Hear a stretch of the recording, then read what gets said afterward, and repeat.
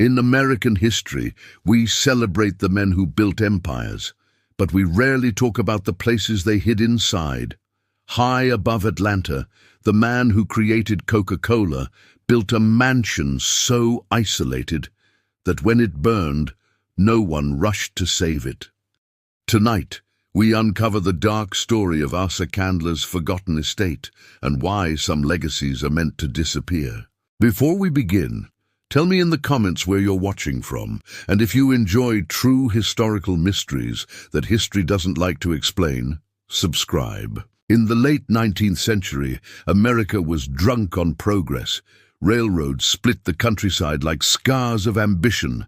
Factories roared day and night, and a new kind of man was rising, one who did not inherit power, but manufactured it. These men were not kings by blood, but by control, and among them stood Asa Griggs Candler, a quiet, calculating businessman who would transform a simple medicinal syrup into one of the most recognizable empires on earth. To the public, his story was clean, inspirational, almost holy, a pharmacist turned tycoon, a devout churchman, a symbol of American virtue. But history often polishes the surface and leaves the foundations in shadow. And high above the growing city of Atlanta, Asa Candler built something that reflected not the sweetness of his brand, but the silence of his power. By the time the 20th century approached, Candler had already secured his place in American history. Coca-Cola was no longer just a drink. It was a ritual, a habit, a presence in daily life. Its logo spread across storefronts and newspapers. Its bottles clinked in every corner of the country. Wealth followed quickly, and with it came a desire common to men who reshaped the world. Distance. Distance from noise, from scrutiny, from ordinary people. Asa Candler did not want a home that merely displayed wealth. He wanted a place that stood apart, elevated, physically and symbolically, from the city that fed his fortune. That place would become known as the Briarcliff estate. Perched on high ground overlooking Atlanta, the estate was designed to dominate its surroundings without announcing itself. From a distance it appeared calm, almost restrained, but as one approached, the scale revealed itself slowly, deliberately. Stone walls, sprawling grounds, long drives that forced visitors to arrive gradually, as if being prepared for entry into another world. This was not a home built for warmth. It was a home built for control. Every angle, every corridor, every boundary reinforced a single idea. Inside these walls, Asa Candler ruled completely. Unlike the showy mansions of other industrial barons, Briarcliff carried a different energy. There were no public celebrations spilling into the grounds, no social spectacles meant to impress Atlanta's elite. The house was quiet, too quiet. Servants spoke of rules that discouraged unnecessary movement. Rooms remained dim, even during the day, curtains half-drawn, hallways long and echoing. Visitors noted how sound seemed to disappear inside the house, swallowed by thick walls and heavy furnishings. Laughter rarely carried. Conversation felt restrained, monitored, unfinished. It was as if the mansion demanded silence in exchange for shelter.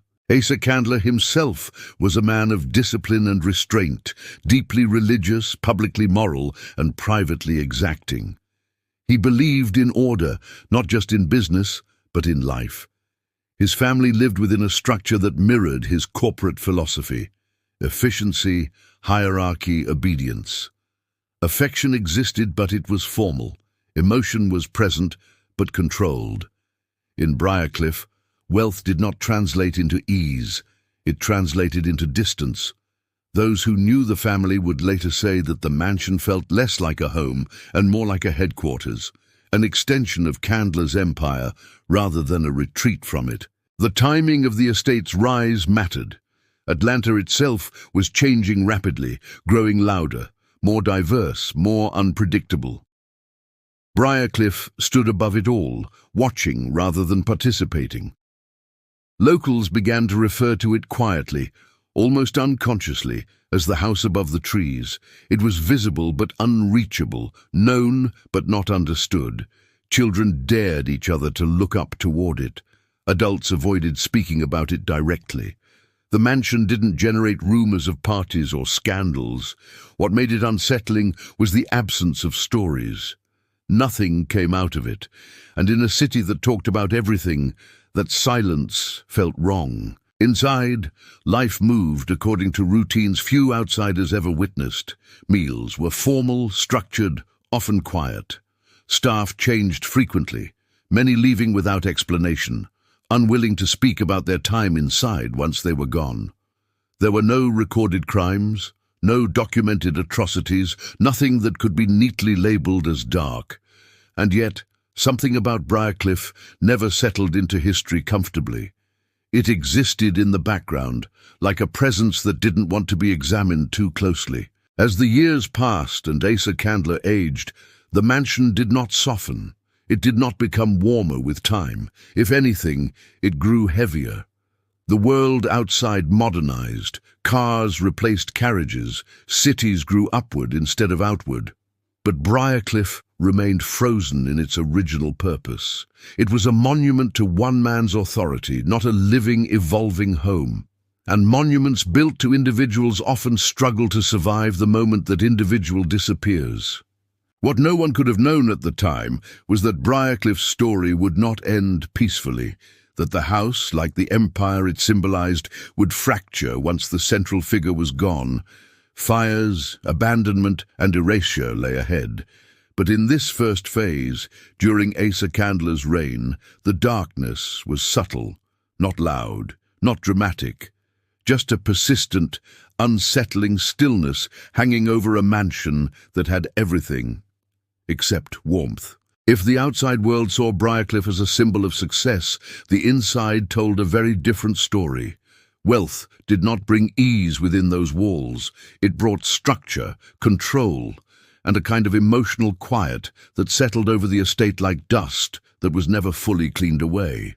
To understand why Briarcliff would later fall into ruin, one must understand how life functioned inside it while Asa Griggs Candler was still alive, when the house was at its most powerful and perhaps its most fragile.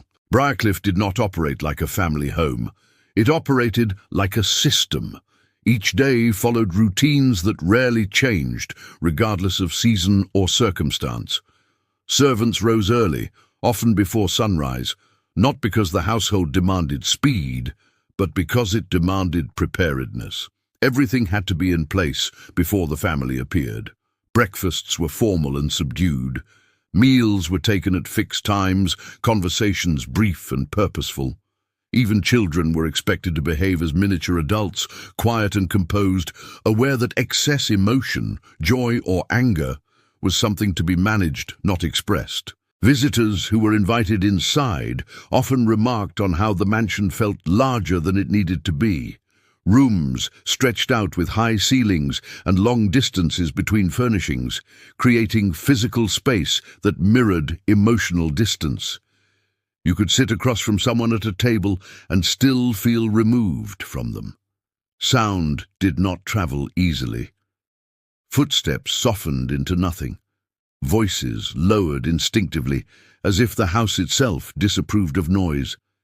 It was common for guests to leave with a strange sense of relief, unable to explain why they felt lighter once they were back outside in the open air. Staff turnover was unusually high for a household of such prestige. Official records never listed complaints, and no public accusations were ever made. But patterns matter more than paperwork. Servants often stayed only short periods before moving on, rarely speaking about their experiences afterward. Those who did speak described a household where nothing overtly cruel happened, yet everything felt watched. Movements were noticed. Pauses were questioned. Silence was safer than curiosity. It was a place where people learned quickly to keep their inner lives private. Asa Candler's personality shaped every corner of the estate. He was not known for explosive anger or public cruelty. His authority was quieter, more absolute. He believed deeply in moral order, hierarchy, and restraint. In his view, discipline was a virtue and indulgence a weakness. That philosophy worked brilliantly in business. Inside a home, it created tension that had nowhere to go. Affection existed, but it was structured. Praise was rare. Expectations were constant. The mansion did not echo with arguments, but it also did not echo with laughter. Family members grew up surrounded by wealth, yet strangely isolated from the world it came from. The city of Atlanta expanded below the estate, vibrant and noisy, while life at Briarcliff remained sealed off, self-contained. Children were educated, protected, and prepared, but also separated. Their lives unfolded within gates, gardens, and corridors that rarely changed. To outsiders, this looked like privilege. To those living it, it often felt like confinement wrapped in luxury. The house itself seemed to enforce this atmosphere. Curtains were frequently drawn, even during daylight hours. Certain rooms were used rarely, kept immaculate but untouched, as if their purpose was symbolic rather than practical. Hallways connected spaces in ways that felt unnecessarily complex, forcing people to pass through multiple rooms to reach simple destinations. It gave the impression that movement was meant to be deliberate, never casual. Briarcliff was not designed for comfort, it was designed for order. Over time, subtle cracks began to appear, not in the walls, but in the people. Emotional distance within the family grew. Relationships became formal, defined more by roles than by connection. Wealth insulated them from public scandal, but it could not prevent private strain. The mansion amplified this strain by giving it nowhere to escape. When tension arose, it did not explode. It settled, and what settles eventually accumulates. As Asa Candler aged, his presence remained dominant, but the future of the household became uncertain. Briarcliff was so deeply tied to his authority that no one else truly knew how to inhabit it differently. The house had been built around one man's worldview, one man's control. There was no natural succession for its spirit, and houses like that, houses that reflect a single will, often struggle once that will begins to fade. To the outside world, nothing seemed wrong. Coca-Cola continued to grow. The Candler name remained respected. Briarcliff stood untouched, immaculate, powerful. But beneath the polished surface, the mansion was becoming emotionally hollow. It had succeeded in isolating its inhabitants from chaos, but in doing so, it had also isolated them from warmth, spontaneity, and connection. And when a house is built to contain control rather than life, it rarely survives the moment control is removed. Every house is shaped by the people who live inside it, but some houses are shaped by only one.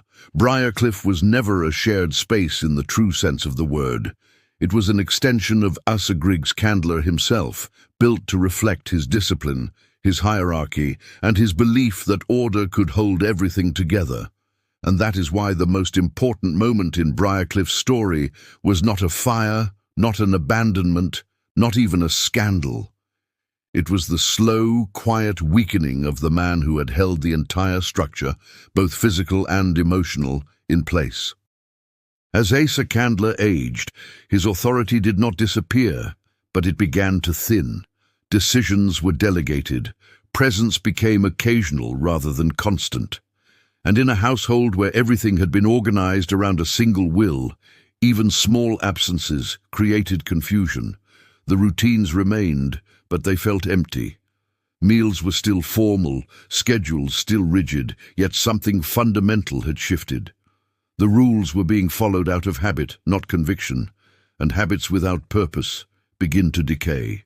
Family members, long accustomed to living under a clearly defined structure, found themselves unsure of how to exist without it. The mansion did not encourage adaptation. It did not invite warmth or reinvention. Its rooms were too large, its corridors too long, its atmosphere too rigid.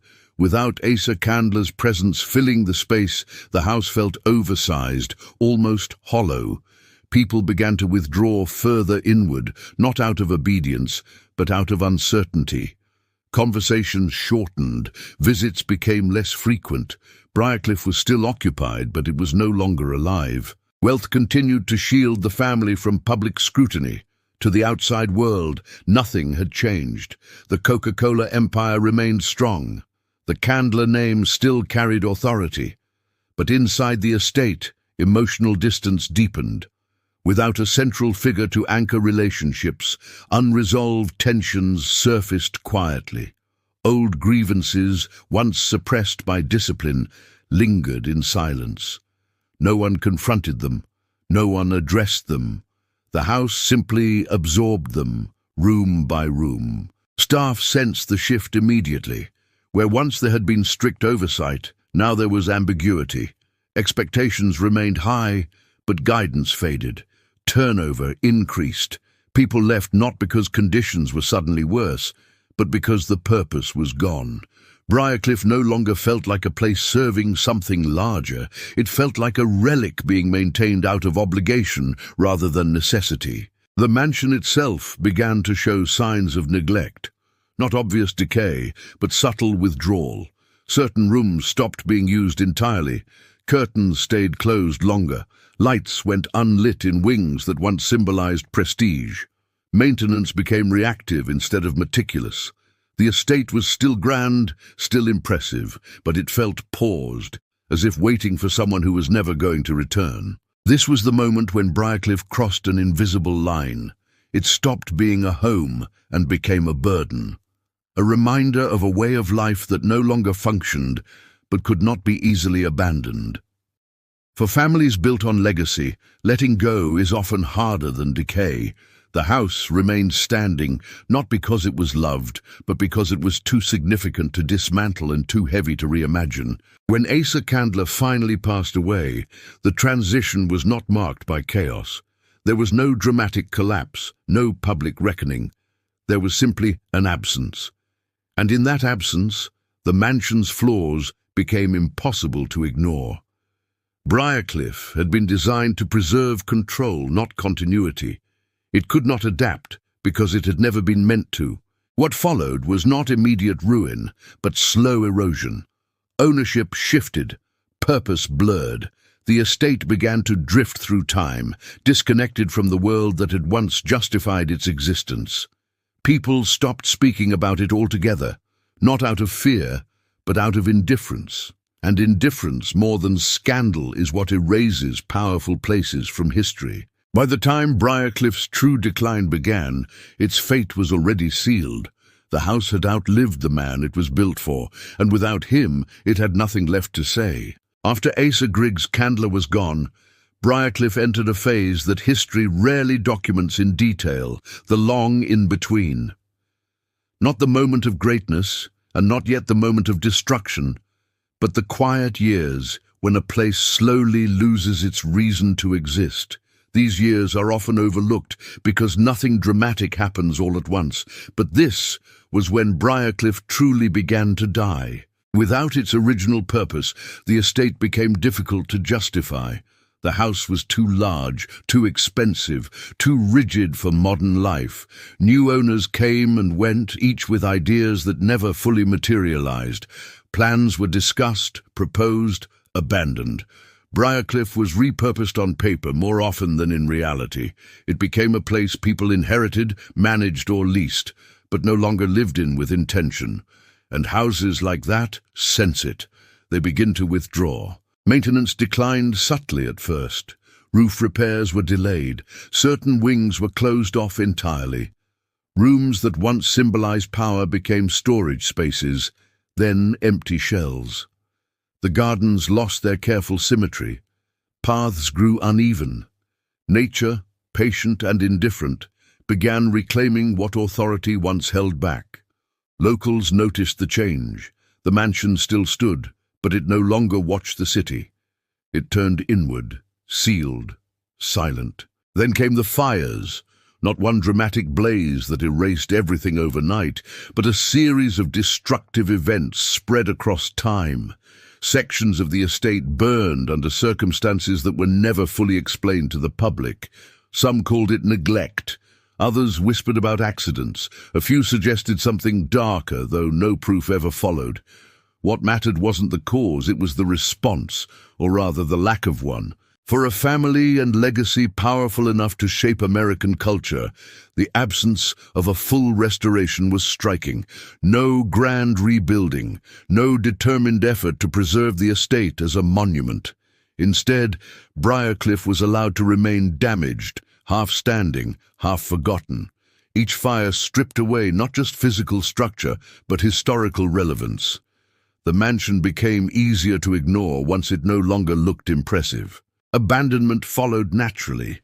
As repairs stalled, occupancy decreased. The estate slipped into a limbo state, owned but unused, famous but unvisited.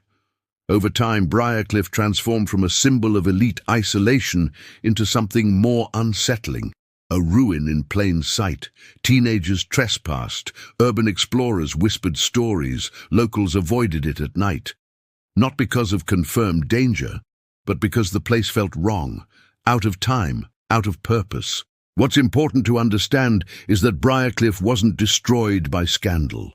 There were no exposed crimes, no public disgrace forcing its erasure. It was destroyed by something quieter and more common among powerful families: disinterest. Once the house no longer served power, it was no longer protected by it, and without protection, even the grandest structures become fragile.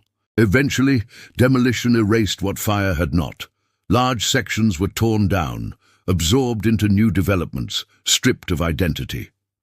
The land moved on faster than memory. Today, few people could point to where Briarcliff once stood and explain why it mattered. And that perhaps is the most unsettling part of its story. A house built to symbolize control, legacy, and permanence was not remembered. It was replaced. Briarcliff did not collapse dramatically. It faded, and fading is the most dangerous ending of all because it leaves no clear lesson, only a quiet warning. By the time Briarcliff had been reduced to fragments, burned sections, demolished wings, land quietly absorbed into the expanding city, there was no public outcry, no preservation movement, no urgent documentaries demanding its rescue. And for a mansion tied to one of America's most powerful business legacies, that silence is revealing. Briarcliff was not forgotten by accident. It was allowed to vanish, because remembering it would have required confronting something uncomfortable about power, wealth, and legacy. Unlike historic homes preserved for their beauty or cultural warmth, Briarcliff offered no comforting narrative. It was not the site of joyful gatherings, artistic movements, or heroic resistance. It did not represent community or shared identity. It represented control, separation, and emotional distance, qualities that modern history prefers to smooth over when discussing industrial success stories. Preserving Briarcliff would have meant preserving the environment where those values were lived, not just the man who built it. The public story of Asa Griggs Candler works best when simplified. A pharmacist, a visionary, a self-made man, a benevolent figure whose creation, Coca-Cola, became a global symbol of happiness and unity. Briarcliff complicated that story. It showed the private cost of that success: isolation, rigidity, and a life built more around control than connection. History tends to discard physical reminders that disrupt clean narratives. There is also the issue of inheritance. Briarcliff was not a house designed to evolve. It was built around a single worldview, one that did not transfer easily to the next generation. Later heirs had wealth, influence, and options, but not the emotional attachment required to fight for a place that no longer represented who they were. Saving Briarcliff would have meant either living inside its shadow or redefining it completely. Doing neither was easier. Cities too play a role in forgetting. As Atlanta expanded, land value rose, priorities shifted, and development became the dominant language of progress. Old estates that did not offer clear historical benefit were reclassified as obstacles rather than assets. Briarcliff did not fit neatly into tourism, education, or celebration. It was easier to let it dissolve into the city than to explain why it felt unsettling. What remains today is not the mansion, but its absence, a gap where something significant once stood. And absences have a way of speaking louder than preserved monuments. Briarcliff's disappearance tells us that not all power wants to be remembered in full. Some legacies survive only when their darker environments are erased, leaving behind a polished version that can be easily consumed. This is why Briarcliff matters, not as a haunted ruin or a site of scandal, but as a lesson in selective memory. Wealth can build empires, but it can also build places that age badly, places that reflect values a future generation no longer wants to defend. When that happens, history does not always destroy those places violently. Sometimes it simply looks away. Briarcliff was never condemned. It was ignored, and in that quiet decision its fate was sealed.